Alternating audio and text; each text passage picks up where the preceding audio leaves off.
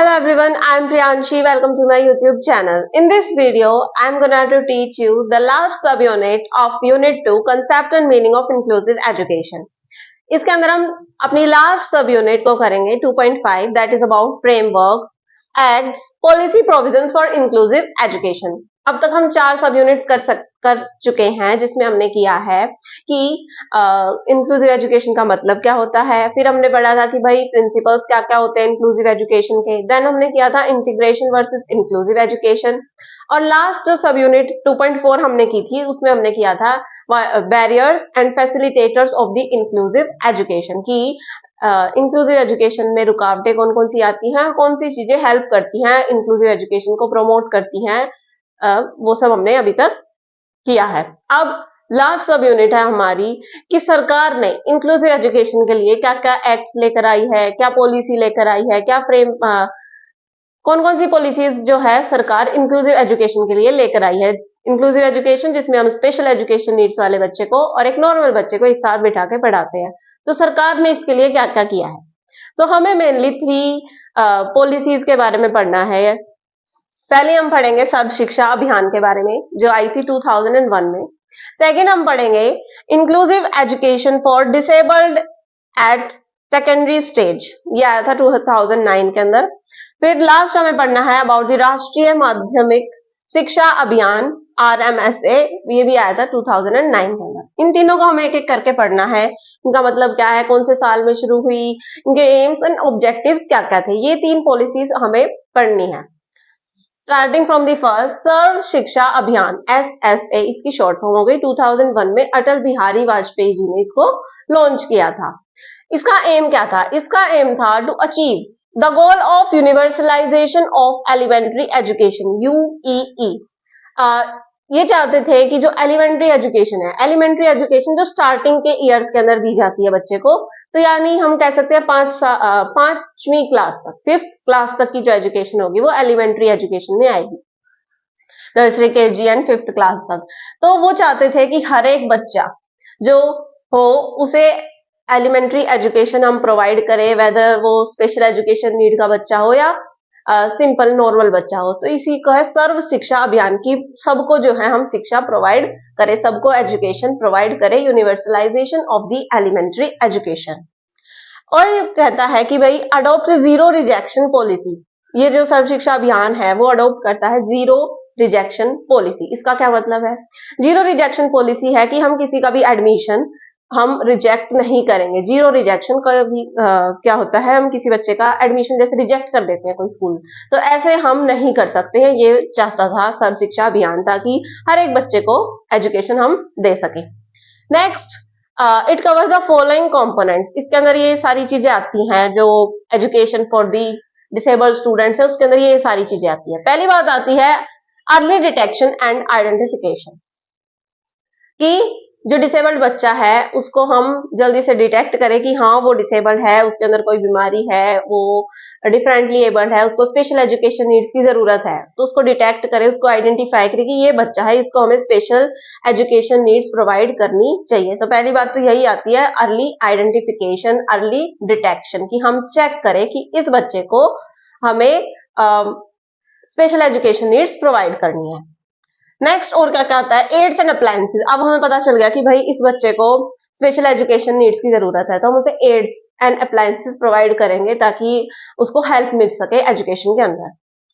Teacher training, हम teacher को train करेंगे कि भाई आपको एक स्पेशल एजुकेशन नीड वाले बच्चे को के साथ ऐसे डील करना है। आपकी क्लासरूम के अंदर नॉर्मल बच्चे भी होंगे, स्पेशल एजुकेशन नीड्स वाले बच्चे होंगे, तो उन दोनों को एक साथ क्लास में बिठा के कैसे पढ़ाना है, तो हम टीचर को ट्रेनिंग प्रोवाइड करेंगे। ये भी सर्व शिक्षा अभियान के अंडर आता है। Next, IEP stand for individualised education programme, यानी हर एक इंडिविजुअल के हिसाब से हम उसका अलग अलग प्लान बनाएंगे। अब जो डिसेबल्ड बच्चा है, हर एक की डिसेबिलिटी ये भी हो सकती है कि ये बच्चा बिल्कुल उसके जैसा ही है, उसकी और इसकी प्रॉब्लम एक जैसी है, बिल्कुल सिमिलर हो सकती है, सेम नहीं हो सकती। तो हम हर एक बच्चे के लिए अलग अलग एजुकेशन प्लान बनाते हैं, इसको बोलते हैं individualised education plan.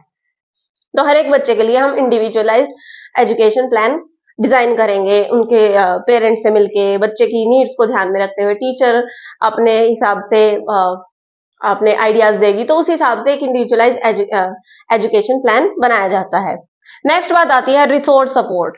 Resource support यानी ऐसी चीजें जो सपोर्ट करें, इंक्लूसिव एजुकेशन को बढ़ावा दे, उनकी हेल्प करें, तो रिसोर्स सपोर्ट प्रोवाइड करना। Next is removal of architectural barriers, की जो बिल्डिंग के अंदर बैरियर्स है, जैसे फिजिकली हैंडीकैप्ड बच्चे के लिए तो यही बैरियर होगा कि वो सेकंड फ्लोर पर नहीं जा सकता बाय स्टेयर्स, तो या तो उसके लिए लिफ्ट प्रोवाइड की जाए, या फिर रैंप हो, या फिर उसके क्लासरूम को ही हम नीचे रखें, ग्राउंड लेवल पे रखें, ताकि वो आसानी से पहुंच सके। तो removal of the architectural barrier मतलब कि हमें अपनी पूरी ताकत लगानी है, अपनी पूरी कोशिश करनी है कि हर एक बच्चे को एजुकेशन हम प्रोवाइड कर सके। सर्व यानी सबको शिक्षा हम प्रोवाइड कर सके, एटलीस्ट एलिमेंट्री एजुकेशन हम प्रोवाइड कर सके। गर्ल्स विद डिसेबिलिटी को ज्यादा अटेंशन दिया जाता है, क्योंकि एक तो नॉर्मल गर्ल्स को ही स्कूल नहीं भेजा जाता, तो गर्ल्स विद जो डिसेबल्ड गर्ल्स हैं उनको कौन भेजेगा स्कूल। हमारे देश में गर्ल एजुकेशन जो है उसको प्रमोट करने के लिए भी चलाया गया था अलग अलग, जैसे बेटी बचाओ बेटी पढ़ाओ। तो ये सर्व शिक्षा अभियान चाहता है कि जो डिसेबल्ड गर्ल है उसको भी एजुकेशन प्रोवाइड की जाए, special attention mostly girl with disability के ऊपर है। नेक्स्ट पेरेंटल ट्रेनिंग भी प्रोवाइड की जाती है, पेरेंट्स को भी ट्रेनिंग मिलती है कि आप एक स्पेशल एजुकेशन नीड वाले बच्चे को या एक डिफरेंटली एबल्ड बच्चे के साथ कैसे डील करोगे, कैसे क्या करोगे, तो एक पेरेंट को भी ट्रेनिंग दी जाती है। एंड कम्युनिटी मोबिलाइजेशन, कम्युनिटी में भी अवेयरनेस फैलाई जाती है, कम्युनिटी के अंदर भी थोड़ा सा चेंज किया जाता है, ताकि कम्युनिटी अपने हिसाब से बच्चे के हिसाब से मतलब चेंज करे अपने आप को, सोसाइटी के अंदर ऐसा हो कि वो सपोर्टिव हो, ना कि नेग्लेक्टफुल हो। जैसे हमने पढ़ा था कि जो बैरियर्स आते हैं सोसाइटी के अंदर वो उन्हें नेग्लेक्ट करती है, इग्नोर करती है, ऐसा ना हो। सोसाइटी उसको हेल्प करे, एक स्पेशल एजुकेशन नीड वाले बच्चे को उसको सपोर्ट प्रोवाइड करे, तो इस तरीके से कम्युनिटी होनी चाहिए। तो ये सारी बातें आती हैं अंडर दी सर्व शिक्षा अभियान। ये चाहते हैं कि हम यूईई प्रोवाइड करें। UEE stands for universal elementary education. Elementary education हम सभी बच्चों को प्रोवाइड करें। ये था हमारा पहली पॉलिसी जो सरकार ने चलाई थी। नेक्स्ट हमारी पॉलिसी आती है inclusive education for disabled at secondary stage, IEDSS 2009। इसने जो है रिप्लेस किया था IEDC को। IEDC थी एक पॉलिसी थी पहले, वो थी inclusive education for disabled children. अब नहीं आई सेकेंडरी स्टेज के लिए। सेकेंडरी स्टेज यानी 9th to 12th की जो क्लासेस हैं उसके अंदर हमने एलिमेंट्री एजुकेशन बच्चे को प्रोवाइड कर दी, मिडिल स्कूल के अंदर भी हमने एक डिसेबल्ड बच्चे को अच्छा सा एनवायरनमेंट प्रोवाइड किया। अब हम चाहते हैं कि वो आगे की स्टडीज भी अपनी पूरी करे, तो ये इसका एम है कि वो परस्यू कर सके अपने आगे के 4 साल 9th to 12th secondary stage की एजुकेशन हम उसको प्रोवाइड कर सके। अब ये जो है this is subsumed under the RMSA 2013 से ये जो है अब RMSA के अंडर आती है। RMSA एक तीसरी पॉलिसी है जो हम पढ़ेंगे, राष्ट्रीय माध्यमिक शिक्षा अभियान। ये जो है अब इसी के अंडर आती है, मतलब इसका एरिया और भी वाइड होके RMSA का इसने इसको भी इंक्लूड कर लिया, यानी जो इसके ऑब्जेक्टिव्स एम्स हैं वो अब इसके अंदर भी इंक्लूडेड हैं। तो इसके ऑब्जेक्टिव्स क्या क्या है? एम तो हमने पढ़ लिया कि भाई अपने जो बच्चा है वो अगले 4 साल जो है अपने उनको कंप्लीट कर सके, 9 to 12 की एजुकेशन हम उसे प्रोवाइड कर सके। ऑब्जेक्टिव क्या क्या है? तो इसका मतलब है कि वो कवर करे all the students under PWD act 1995 and national trust act 1999, कि जितने भी स्टूडेंट्स हैं, जितने भी डिसेबिलिटी की लिस्ट है PWD एक्ट 1995 के अंडर या नेशनल ट्रस्ट एक्ट के अंडर, तो जितने भी डिसेबिलिटी की लिस्ट है कि भाई ये डिसेबिलिटी हमने आइडेंटिफाई की हुई है, तो उन बच्चों को हम एजुकेशन प्रोवाइड करेंगे सेकेंडरी स्टेज तक। हम उनको सेकेंडरी स्टेज तक की एजुकेशन प्रोवाइड करने में हेल्प करेंगे। जैसे PWD एक्ट के अंदर अलग अलग डिसेबिलिटीज है, जैसे visual impairment, hearing impairment, leprosy and mental retardation, mental illness, autism, तो अलग अलग तरीके की डिसेबिलिटीज हैं। हम उन बच्चों को एजुकेशन प्रोवाइड करेंगे, ये इसका पहला ऑब्जेक्टिव है। नेक्स्ट ऑब्जेक्टिव आता है गर्ल्स विद डिसेबिलिटीज को स्पेशल अटेंशन प्रोवाइड किया जाएगा, ताकि वो अपनी आगे की स्टडीज को भी पूरा कर सके, ताकि वो किसी के ऊपर बोझ ना बने। इवन डिसेबल्ड बच्चों को एजुकेशन प्रोवाइड करने का मकसद ये है कि वो आगे चल के अपनी सोसाइटी के ऊपर, अपने पेरेंट्स के ऊपर बोझ ना बने, वो अपनी लाइफ अच्छे से जी सके। तो गर्ल्स विद डिसेबिलिटीज को ज्यादा स्पेशल अटेंशन दिया जाता है कि वो अपनी आगे की 4 साल की स्टडीज जो है वो पूरा कर सके। नेक्स्ट आती है setting up of model inclusive school in every state, कि एक मॉडल इंक्लूसिव स्कूल जो है हर एक स्टेट में खुले। हर स्टेट के अंदर भाई हमारे कंट्री के अंदर 28 स्टेट्स है, तो हर एक स्टेट के अंदर एक ना एक इंक्लूसिव स्कूल तो जरूर होना ही होना चाहिए, ताकि जहाँ पे एक स्पेशल एजुकेशन नीड वाला बच्चा और एक नॉर्मल बच्चा साथ में बैठ के पढ़ सके।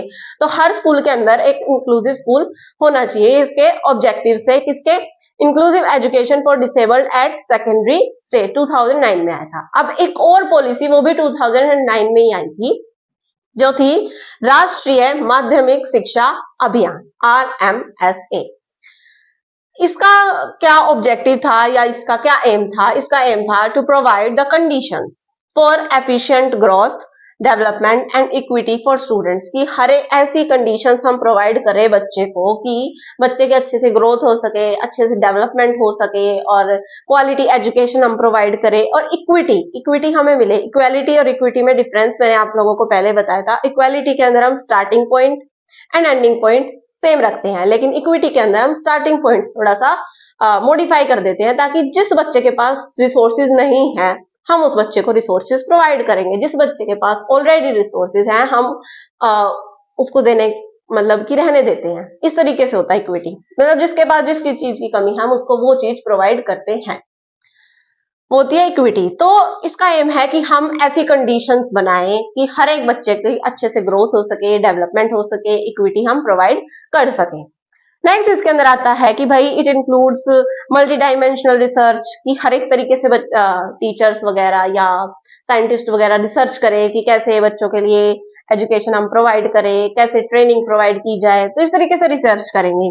टेक्निकल कंसल्टिंग, टेक्नीशियन से कंसल्टेशंस हो कि कैसे क्या करना चाहिए। वेरियस इम्प्लीमेंटेशंस, अलग अलग तरीके के इम्प्लीमेंटेशंस हो सकते हैं, अलग अलग तरीके के प्रोजेक्ट्स बना सकते हैं। Funding support, financially support provide किया जाए, पैसे प्रोवाइड किया जाए, ताकि कोई एड चाहिए, कोई अप्लायंस चाहिए, कोई ट्रेनिंग चाहिए, कोई भाई बिल्डिंग के अंदर कोई मॉडिफिकेशन करना है तो उसके लिए पैसे प्रोवाइड किए जाए, funding support. Next it aims to remove the barrier, जो हमने बैरियर्स पढ़े थे 3 टाइप के बैरियर्स 2.4 के अंदर, तो उन बैरियर्स को हटाने के लिए ये हेल्प करता है कि हम इन बैरियर्स को हटाएं। ये RMSA का एम है, ऑब्जेक्टिव है कि हम इन बैरियर्स को हटाएं ताकि हर एक बच्चे को इंक्लूसिव एजुकेशन हम प्रोवाइड कर सकें। And improve the quality of education, quality improve हो बच्चों की, एजुकेशन की क्वालिटी को इंप्रूव किया जाए, कि अच्छे से अच्छी एजुकेशन हम बच्चों को प्रोवाइड करें और सभी बच्चों को प्रोवाइड करें। नेक्स्ट बात आती है सेकेंडरी एजुकेशन। हमने पढ़ा कि भाई inclusive education for disabled at secondary stage को इसी एक्ट के अंदर या इसी अभियान के अंदर हम लेकर आ चुके हैं। तो सेकेंडरी स्टेज एजुकेशन भी हम बच्चों को प्रोवाइड करें, ये था इसके एम्स एंड ऑब्जेक्टिव्स। हमने पॉलिसीज मैंने आपको पढ़ाई हैं। पहली मैंने पढ़ाई सर्व शिक्षा अभियान जो 2001 में आई थी, कि सभी बच्चे को हम यूनिवर्सल एलिमेंट्री एजुकेशन प्रोवाइड करें, यूनिवर्सलाइजेशन ऑफ एलिमेंट्री एजुकेशन हो। सेकेंड हमने पढ़ी inclusive education for disabled at secondary stage, की सेकेंडरी स्टेज पर हम बच्चों को एजुकेशन प्रोवाइड करें, ये आई थी 2009 में। लास्ट पढ़ी हमने राष्ट्रीय माध्यमिक शिक्षा अभियान जो आई थी 2009 में। वो चाहती है कि हम बच्चे के लिए ऐसी कंडीशंस बनाएं कि बच्चे का अच्छे से डेवलपमेंट हो सके, ग्रोथ हो सके और इक्विटी हो सके। तो मैं आशा करती हूँ कि ये तीनों पॉलिसीज आपको अच्छे से समझ में आ गई होंगी। फिर भी अगर आपको कोई डाउट है then you can ask in the comment section, and thank you for watching my video and don't forget to subscribe to my channel.